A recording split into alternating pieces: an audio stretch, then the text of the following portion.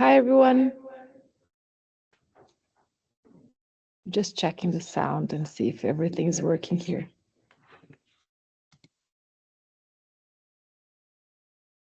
Okay. Well, thank you, everyone, for joining me today. I'm really excited to have you all here. My name is Ruth Mendes. I am one of the coordinators at St. James Co-Division, Coordinators for Student Services. And I started in this role last summer. I spent 6 weeks working at Winnipeg School Division, where I had different roles such as resource teacher, autism program teacher, curriculum support teacher, and consultant for inclusion support services. So I have had the chance to experience a little bit of different aspects of supporting students in Winnipeg, especially those with unique needs. And it's been a great year, and it's been a really good opportunity for me to learn. At St. James School Division, I support the students in all schools, but my main focus is with the students with the autistic students. As you probably noticed by my accent, I'm originally from Brazil. I moved to Winnipeg almost 10 years ago. In Brazil, my professional journey started as an occupational therapist and as a teacher. And later, I specialized in child neurology rehabilitation. I've been working in education for about 20 years now. And ever since moving to Canada, my main passion and focus has been on promoting inclusion and ensuring accessibility in schools. I hope you guys can all see I'm sharing the screen. This is a website, and I will be sharing the link with you. It's something I created for parents. Since I started in this role, I've been creating some resources for schools. I've been creating resources for teachers, EAs, elementary students, and this is now a resource for you parents. One very important thing I've learned through these years, and it's something I can't emphasize enough, is how valuable and irreplaceable parents are as the main experts on their children. Of course, professional advice is very helpful and very necessary, but nobody understands your child better than you do. In this journey, learning about autism, I've learned as an occupational therapist and as a teacher, but there are a lot of specialists, there are a lot of experts out there. And one of them is Dr. Prezan. He wrote a fantastic book called Uniquely Human, and he puts it perfectly in chapter 8, how important is the parent. So I am going to turn here to this screen, and this is something, as I said, I'm going to be sharing with you. So when you have time, you can explore more of the website. So here we go. I would like you to listen. This is from his audiobook. I just recorded a little piece of this, so I would like you to listen to it.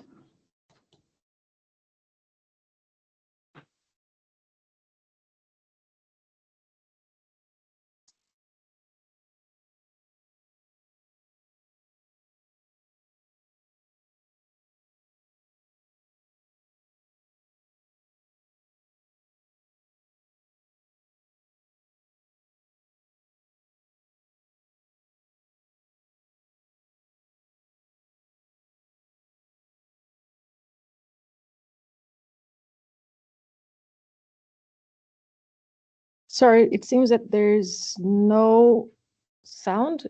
Is there? You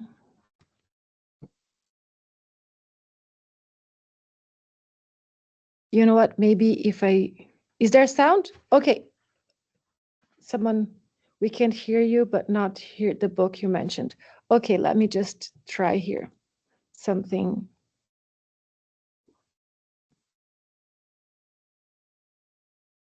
Okay, maybe now you'll be able to listen to it.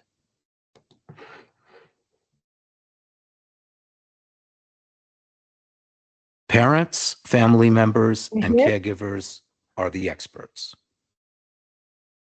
It's natural to feel overwhelmed, confused, and even fearful about finding the best ways to help a child or family member on the spectrum. For many parents, their instinct is to rely on the wisdom of others who seem better qualified and more knowledgeable. Here is the advice I have heard parents of older children and adults share. Those experts might know more about autism, but you're the expert on your own child or family member. Nobody has the perspective, the sensitivity, or the ability to perceive the nuances of a child's or older person's behavior that a parent or family member possesses. No one knows what a subtle facial expression means, or what a particular cry or moan or giggle means, the way a mother or father does. A parent knows when a daughter needs a break, when a son might be open to connecting. One dad told me how much he cherishes reading stories to his son at bedtime, an hour where he can get in deep. A sibling knows the best ways to keep their autistic brother or sister engaged in play. Parents and other family members are the ones who notice breakthroughs and milestones that even so-called experts might miss because they're just not attuned to the individual. They are the ones from whom I've heard over and over again, I was told my child would never speak, have friends, get a job, drive, go to college, live on their own, but my son or daughter proved them wrong again. Of course, some parents and siblings have their own significant challenges. All parents aim to be the best providers, the most understanding caregivers, and the greatest supports for their children or family members on the spectrum. But often circumstances make that difficult. When parents struggle financially or have their own medical or mental health difficulties, they face significant obstacles in raising children or caring for a family member, even more so when the autistic person has her own serious challenges. A brother or sister, due to their own developmental challenges, might go through phases of resenting having a sibling on the spectrum, perhaps triggered by occasions when their brother or sister's behavior might embarrass them at school, or if they feel left out as too much attention is given to the autistic family member. When parents and family members are present, able, and well supported, though, it makes all the difference. Researchers studying child development have posed this question in various ways. Child-rearing practices vary so dramatically from one culture to another. How can parents and families in all of these cultures raise children who are emotionally healthy? In a developed country, a stay-at-home parent might spend hours interacting with an infant or toddler, face-to-face, while in a developing country, the mother might spend half the day in the fields with her child on a cradle board on her back. What both mothers offer is responsive caregiving. Whether the mother is sitting on a playroom floor full of toys or in the field, when her child cries or fusses, she responds and calms the child. When the child is most alert and available, the parent seizes on the opportunity to teach and interact. In many families and across cultures, siblings, grandparents, and other caregivers fulfill the need for responsive caregiving, either part-time or full-time.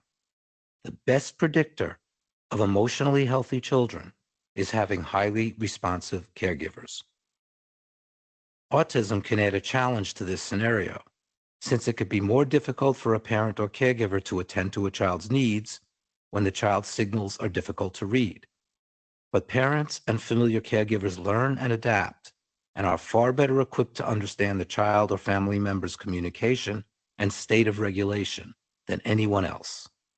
Professionals can offer insight, support, resources, and guidance, but that doesn't replace or outweigh an attentive parent's or caregiver's perceptions, whether the child is 3 or 30, and whether the parent is new to autism or has decades of experience.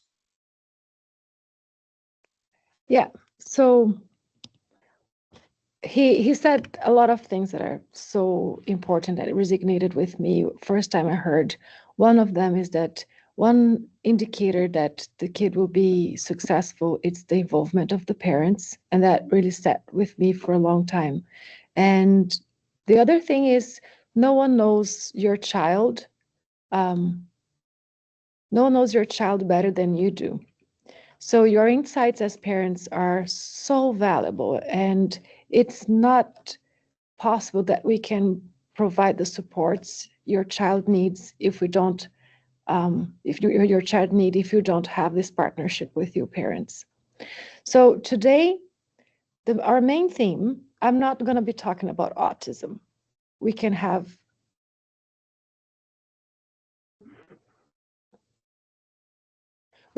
sorry, we can have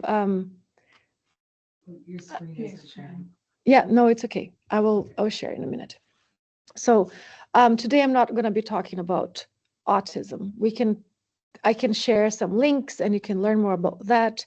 Today I'm going to be talking about how we can do a better job at creating this partnership and supporting your students at school. Okay, so I'll be talking right now. I'm going to be sharing the screen again. And if you have questions, you can ask in the chat.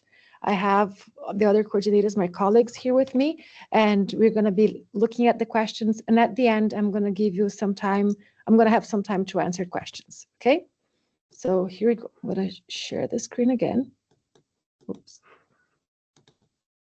Okay. Saw it? Awesome. So why collaboration matters? Well, as parents, here we go. As parents, you are not just observers. You are crucial partners in your child's educational journey.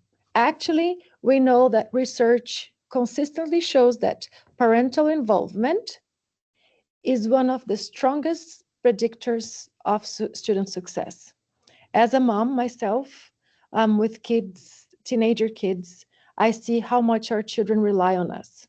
We teach, we model behaviors, we coach, we advocate, and doing it, we shape their educational experiences.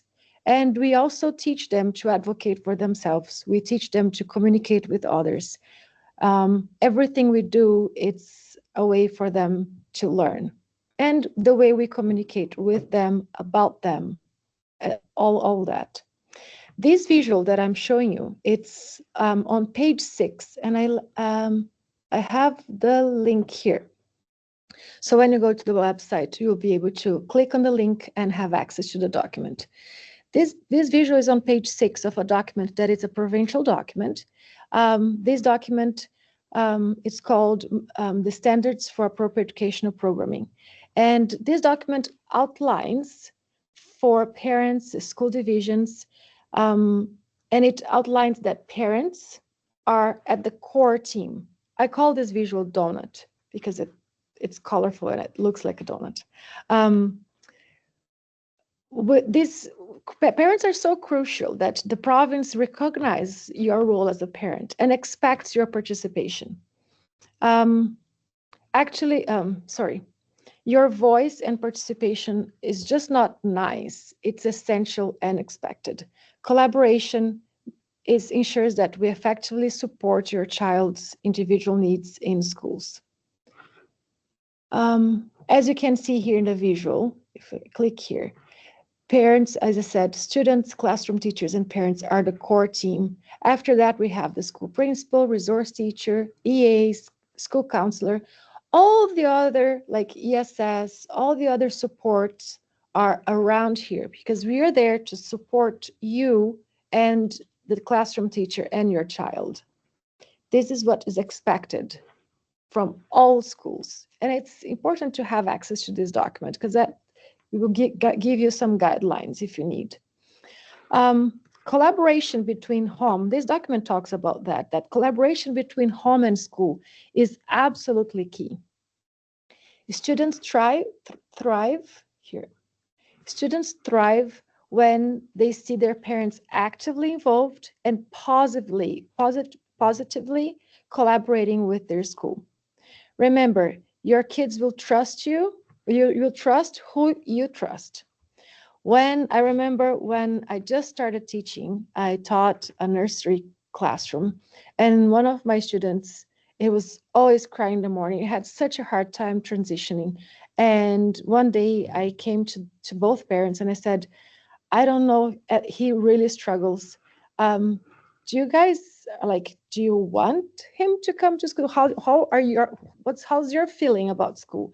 And the mom started crying, and we found out that she actually didn't really want the kid to come to school. She was not ready for that.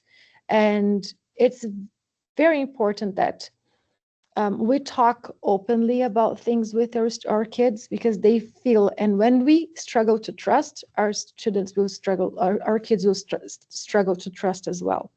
And that makes it much harder for them to be successful at school. So when we talk about school, when we talk about the people that are at school, it's very important that you talk positively when your kids are around, and you talk about how positive that experience will be at school. I know that sometimes when I meet with parents say, tell me this awful experience that some of them had at school.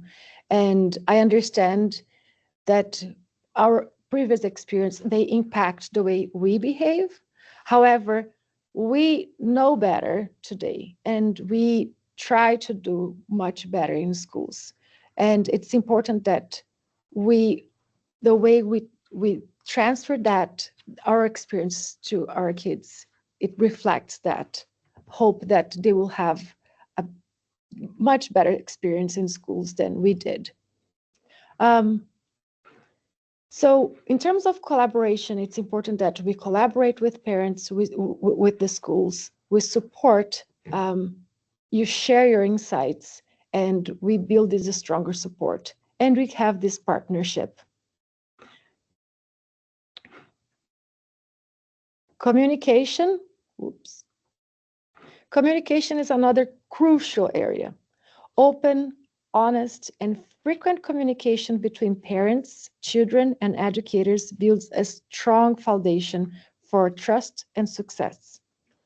First and foremost, make sure you communicate openly with your child about their diagnosis, their needs, the strategies, things that work for them, and sometimes ask them, how do you feel about this?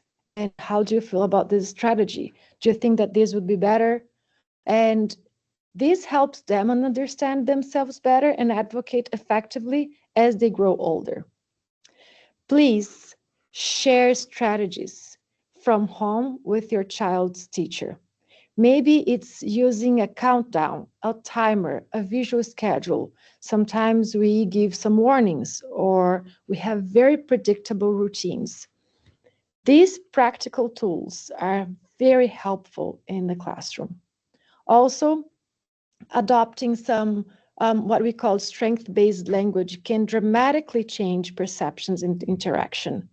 Instead of describing your child as, for example, I don't know, hard to manage, but you can frame it positively. You can say, my child thrives when there's a clear routine, for example. Or if you speak with my child this way, it's going to be much better for my child. Simple shifts in language can significantly impact your child's experience at school. It's important that we reframe some behaviors from bad or dysregulated, for example. This helps your student and the adults alike to see the behaviors as signals for help and support, not just like problems. I often talk with school teams about how behavior is a way to communicate something, either if it's a sensory overload or a feeling that your child is struggling to understand. It's important that as a team, parents and school, teams see behavior as a way to communicate their needs. Now, I will show you this video. It's a very short video, and it's recent.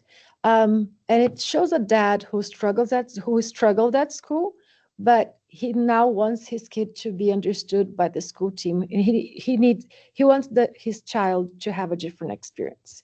So I'm going to show it to you.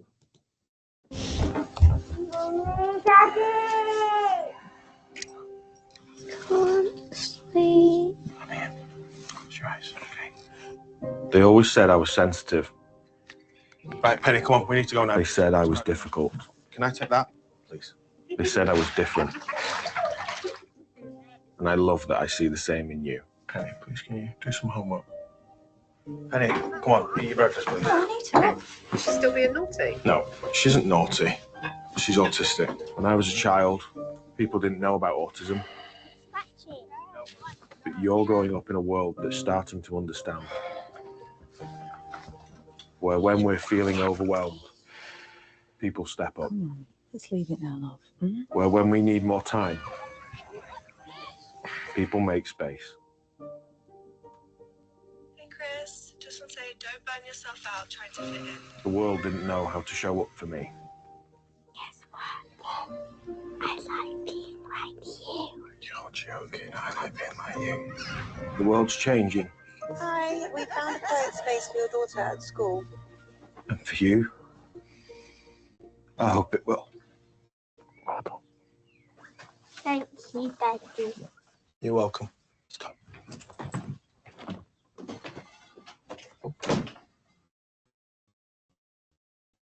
So this is the experience I've seen with a lot of kids. And when we talk to parents and they say, well, that's not how it used to be. And I'm very happy that we are doing much better.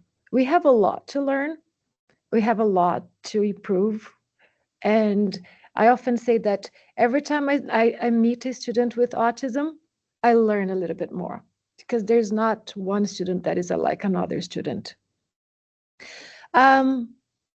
As I've been in different schools and supporting different schools, there are some strategies that I have used and I would like to share with you. So these orange buttons here are all links. And when you click on them, you're going to have access to some documents.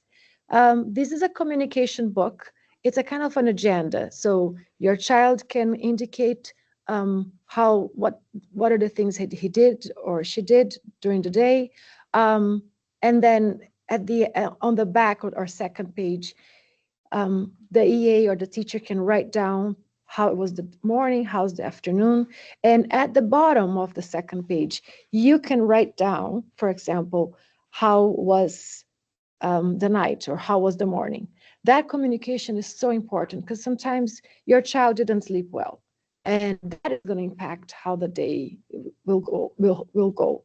And it's important that we know these little things. Or let's say my child didn't want to have breakfast today. So it's important that we know and we communicate. So if you don't have anything like that in your school, please go to the website, click on the link, share with your school, and ask them to try to use something like this. This is just one way that we communicate. There are many different ways. Take a look at the regulation plan. This is something that I often use with schools as well. Sometimes with students with autism, the way that they present physically, it's not what usually people consider to be in a green zone or the happy place. And so it's important that we share some of those signals, especially when they're going to the orange, I would say, or red zone, when they're kind of becoming dysregulated. And it's important that we know and we understand what it looks like. And third here, there's a survey for parents. So if your school, they haven't asked you questions, or if you feel that you should share more information, you can use the links. I will share the website with you, and then you're going to be able to click on the links. Okay. Questions that you can ask to the school team. Sometimes when parents present themselves at school, they often don't know how to communicate their frustration, how to ask with curiosity, and really how to build that communication. So I got here some questions you can ask. Okay. One of them is, how is my child supported when dysregulated?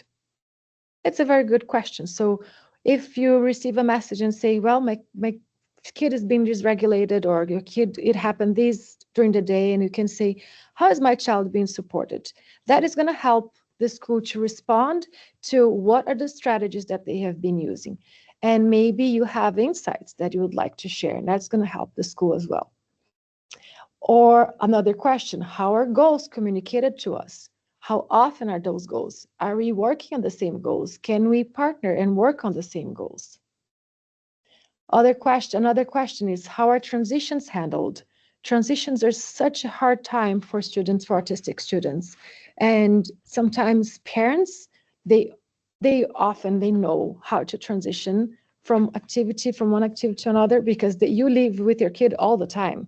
So if there's anything that we need to learn, this is a good question for you to ask, because that is going to give you the space to say, hey, can we collaborate on that? And last but not least, can we co-create a regulation strategy? If your child is having a hard time at school, you can ask, can we co-create, can we think about this regulation strategy again, or this regulation plan? These links will be the links above will be available to you, and also these questions here, okay? Now, what is co-regulation? Co-regulation is another important concept I want us to explore today. Self-regulation is the ability to manage emotions and behaviors. But that takes time to develop. So for example, if I wake up in the morning and I think, oh, I don't feel like going to work, but then I remember, oh, I have a very important meeting today, or I have this to do, then I think, okay, I'm going to do it. So I drag myself out of bed, and this is my way to self-regulate. A lot of adults, we struggle with that, and asking kids to self-regulate at school, it's quite hard. Not all kids can self-regulate. But what we can expect, or what we can hope, is that they can co-regulate. What does that mean? Co-regulation is how we, as adults, for example, we guide and support children through emotional challenges. This isn't just about calming down behaviors. It's about creating genuine connections and emotional safety. You can actively ask teachers who support your child's co-regulation at school. What calming tools are available, or how moments of sensory overload are managed, for example. Here is a short video from Kelly Maher. She's an OT, and she created the curriculum for interoception, and she'll be talking a little bit about that. Again, the link will be there. You can be able to watch it again. And she'll be talking about the power of co-regulation, okay? Hi everyone, Kelly Mahler, occupational therapist, and I want to talk about the power of co-regulation. It is so important. And what exactly is co-regulation? I know it's defined by many different people in many different ways. Just for simple standards, co-regulation is what we're all born requiring when we enter this world. We all require the assistance of someone in our world to step in and help us meet our body's needs, to meet our regulation needs, whether it's a nervous system regulation, or maybe it's also to meet our survival needs, like offering us food and warmth, etc. So that co-regulation process is all when our caregiver is stepping in and helping meet our body's needs, whether it's regulation, it's survival needs. So it's that back and forth process with our caregiver is what co-regulation is all about. And through that interaction with our caregiver, we start to learn a lot about our bodies, and we start to learn, like, you know, oh, this feeling for me might mean I'm hungry. And I notice when I eat, that feeling goes away in my body, and my body is once again comfortable. So through that continual co-regulation interaction with our caregivers, we learn a lot about our interoceptive system, how our body feels. We learn about exactly what feeling in our body means many times, and many times then we learn what we need to be able to regulate our own body. And we move over to a place called self-regulation. And self-regulation is a huge buzzword. I see this thrown around a lot, especially in the schools where we have a lot of self-regulation goals. And that's really all about helping the person to be able to independently identify how they're feeling, and also be able to seek out what they need in those moments for regulation and comfort. And so that self-regulation piece doesn't always mean people free. I know when I have a horrible day and I am feeling really anxious or overwhelmed, I seek out the comfort from my husband or from my children or from my dogs, and I seek out that co-regulation that I need from them. But I'm independently identifying how I'm feeling. I'm independently seeking out their support. So it's a process of self-regulation then combined with that co-regulation. But what we really need to think about as therapists is, do we have fair expectations when it comes to regulation? I see a lot of times that we're expecting self-regulation when our clients are nowhere near ready for that. They don't have that interoceptive awareness. They don't understand the feelings in their body. They don't understand quite yet. They're not connected with those things that promote comfort all the time in their body. And so we need to rewind our expectations and offer more co-regulation. So how can we do that? What are some tips for co-regulation? So first of all, that mutual safe relationship is absolutely imperative. We need to establish mutual relationships. And what do we mean by the word mutual? It means where we are on the same playing field. It is not a compliance-driven relationship where one person is in charge and the other person is forced to submit and follow demands in order to get a reinforcer. It is a mutual relationship built on trust, felt safety, built on playing in different mutual fun activities, and both wanting to be together from an intrinsic motivation standpoint. So that mutual relationship is really important. We also need to be using a lot more curiosity and less judgment when we are observing our clients, and shifting away. There's a lot of compliance out there, shifting away from assuming that we understand a person's inner experience and labeling their emotions or labeling the function of their behavior as escape avoidance. Like, that's all very surface, and it presumes to understand that we know what their inner experience is. We need to shift to a place of curiosity and be more curious. Like, oh, like, I see your hands doing this. Like, what's going on? Or what do you need from me? They might not be able to answer in those moments, but just shifting to a place of curiosity and no judgment can be really helpful in co-regulation. And then also, we know that we need to consider our own interoceptive state. Where are you at when that client starts to become dysregulated? Where is your interoceptive system at? That can be a really hard, like, when someone's starting to struggle, I know, like, I want to help. Like, I start to feel a little bit dysregulated because I care so much about them and I want them to feel comfortable and regulated. And so I really have to check in with myself. I have to make sure my interoceptive system is regulated before I can be that calming person, that supportive person, that empathetic person that my client needs in that moment.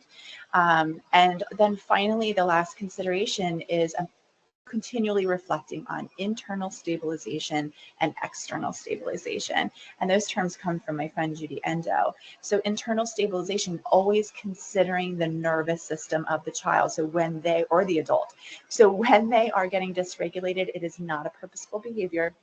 Thinking about what's going on internally with their interoceptive system, how are they feeling, what is their nervous system doing, and coming from a place of what can I do to help regulate their nervous system. So what do I know about my client? What can I provide for regulation in that moment? Do I know that they love a warm blanket or a warm, heavy blanket maybe, and offering that to them? Do I know that they need complete silence in that moment and just being present but not saying a single word? So what do you know about the nervous system of your client, and how can you offer that in periods when they need co-regulation?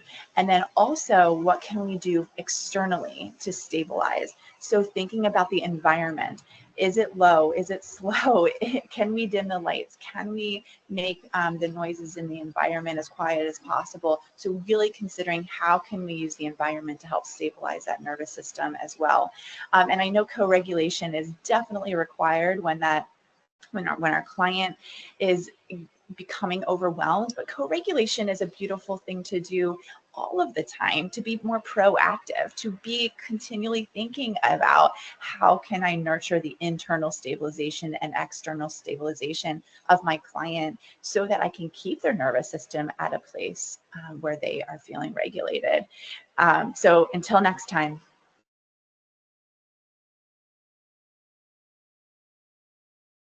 Yeah, so Kelly Meller, this is her website. She talks usually she talks to therapists and occupational therapists, and she's been doing some training with teachers on interoception as well. It's important that we understand that this co-regulation, it's so important. And like I said, parents usually they know how to better co-regulate with kids. And sometimes I even ask, we were visiting a student this week and I said, would it be possible for me to just observe how the kid is interacting with the parent? Sometimes just by observing, there are so nuances, like there's so small nuances of something that the parents do. It's like it's either a way they look or it's a word they use or it's a tone of voice, and that helps the kids to feel that calm. And it's not usually the calm that they feel, is that trust, right? But sometimes it takes time to create that relationship with the kids. So we rely on the parents and rely on time to also create those relationships. Co-regulation in schools. So one thing that you can ask your child's teacher, who co-regulates with my child? Who can better co-regulate? Sometimes the person that is working with that child all the time is not the best person to co-regulate. So how can we talk about that? Maybe how can I model? How can I give some input on the ways that my child is co-regulating? Are calming tools available in the classroom? Sometimes just having a quiet space and having someone close by, like Kelly said, and not say anything is the best way for the child to calm down. What are the strategies for sensory overload? And sometimes, again, having a place that it's safe at school, it's all what that child needs. And sometimes we create all these beautiful places in school that it's the calming room or sensory room, but the child prefers to go to a little corner, and that's okay. But we need to understand that and have that as part of the plan, because once we have maybe a sub or we have someone else working with that student during lunchtime, for example, we need to know those little things. Again, suggest a shared plan with visuals, timers, headphones, breaks, anything you have at home. It will be very helpful at school. Okay, consistency. Consistency builds trust. Consistency between home and school environment is incredibly important for your child's well-being. When similar visuals, timers, routines, and language are used consistently, it reduces confusion. It builds trust. It lowers anxiety levels. If you can share your child's sensory preferences and successful home strategies with the school to create a cohesive plan, it's so important for us. Never underestimate your power to be a change maker. You don't need to know all the answers to positively influence your child's educational experience. Your calm presence, your thoughtful questions, and meaningful suggestions contribute so much for your child's success. Sometimes if your child brings some concerns at home, you can just say, okay, we'll talk at school and we're going to figure this out together. Tomorrow it's going to be a better day. Tomorrow we're going to try again. And again, one thing that I've been talking a lot with some of the schools I work is, how can we celebrate the small acts of collaboration? How can we celebrate the small wins we have on a daily basis? How can we reach out to parents and say, hey, look, this happened today, was so good. And for parents, if you can do the same, say, hey, look at what happened at home, and that's something he brought from home, or this is something that he said or they did. it's so good for the school to know that their work is also having a positive impact on your child. These moments, they truly build the stronger partnerships that we've been talking about. One example here, if you create a shared transition strategy, if your child uses, for example, a 5-minute countdown or visuals at home, you can suggest the same plan at school. When both environments, home and school, when they communicate and we can work on similar goals and same strategies, that it's so helpful for schools. And I believe it's going to be really helpful for your child as well. Well, here I created this visual. This is a shared strategy template. This is something you can suggest that you can work in your schools. So you can say, well, this is how we do things at home, and this is how we can make things at school. Having plans like this, it really builds that relationship, and it builds trust from the school support team, and it also helps parents to feel that they have a voice. So this is just one more suggestion. Now, what I'm going to be doing is, we're almost at the end here. I'm going to leave you some links, okay? Again, I will share you the website. These are all links. This is a presentation I created for elementary students on what is autism. So if you haven't talked about that with your child, or if you have a family member that would like to talk about that with other kids, or even a teacher, a lot of teachers have been using this. This is a link. This is another link more for autism, about autism for teenagers. This is all my material about interoception, and this is for schools. So those are the links those are websites that I created, that I have been using in schools, and I'm giving you access to all of this. Now, if you'd like to read good books, I have 2 suggestions here. First, Uniquely Human from Dr. Prezen, and Parenting Autistic Teens with Andrew. Those are very good books. Websites, Autistic Self-Advocacy Network, Autism Level Up, local supports, Inclusion Winnipeg, Autism Manitoba. They have some folks that are very involved with inclusion, and they will be able to support you in expressing your concerns, communicating with the schools. Now, one of my favorite movies, it was actually one of the principals that reached out to me and said, hey, have you seen this movie? And it's on Netflix. It's not that long, and it's so good. It talks about Michaela. Michaela's dad is a DJ. I think it's in Atlanta. And now they have a show on Netflix. I really highly recommend. It's a beautiful, beautiful show. And my favorite, Uniquely Human, the podcast, they have more than 100 episodes. So I'm just leaving you with 4, my favorite, which is the series on depathologizing autism. They talk about being autistic as being autistic, and what a great thing to be. It talks about a lot of the challenges, but it also, Dr. Prezen has a very calming voice, and Dave Flint, the guy that does the podcast with him, he is autistic, and he talks about autism with a lot of property, because he really knows about it. I highly recommend their show. Now, questions. If you have any questions, please connect. We'll be responding to some questions as well. And here's just my contact information. If you'd like to connect, you can also scan the QR code. I am going to copy and paste. Do I have access to the chats? I guess so. I'll be putting this on the chat, and I'll be sharing with all of you. Also be sharing, be sending your PowerPoint and everything as well. Awesome. So Debbie will also be sharing with all of you the link and the recording as well. Okay. So I'm going to stop sharing here.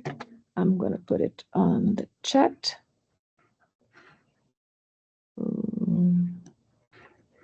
Where is the chat?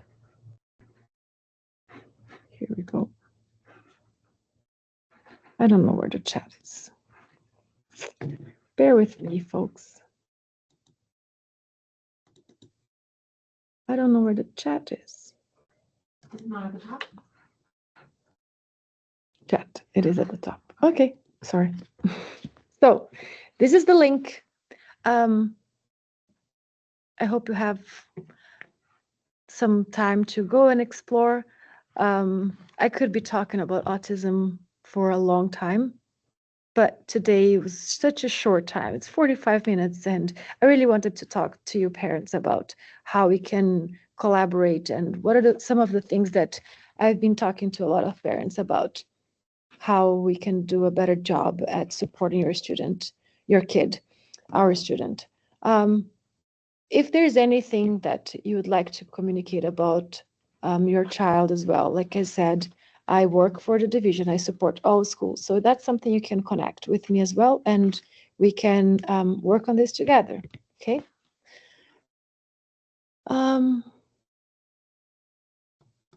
Questions?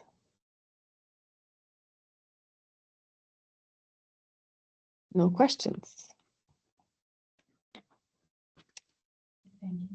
Okay, well, thank you everyone for this time together. I hope you have a lovely evening. Weather's getting better, finally.